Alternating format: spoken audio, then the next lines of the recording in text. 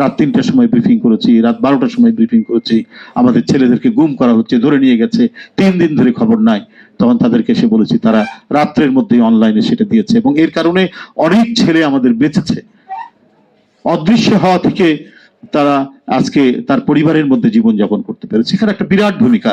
ওই ধরনের একটা ফ্যাসিবাদী দুঃশাসনের মধ্যেও মানে সংবাদপত্রের যারা কর্মী, সাংবাদিক, তাদের মানসিকতা যদি গণতন্ত্র মনে হয়, ওর মধ্যেও কিন্তু অনেক কাজ করা যায়, যেটা আমাদের এই 16 বছরে আমরা আমাদের সাংবাদিকদের মধ্যে আমরা দেখেছি, যেটা পারিনি।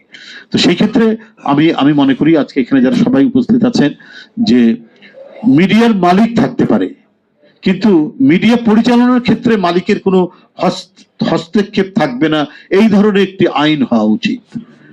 এই ধরনের একটি আইন হলে পরে আমরা আমরা যে গণতন্ত্রের জন্য এত রক্ত ঝরেছে, এত রক্তপাত, তাহলে সেই ঝরানো রক্তটা সে মর্যাদা লাভ করবে।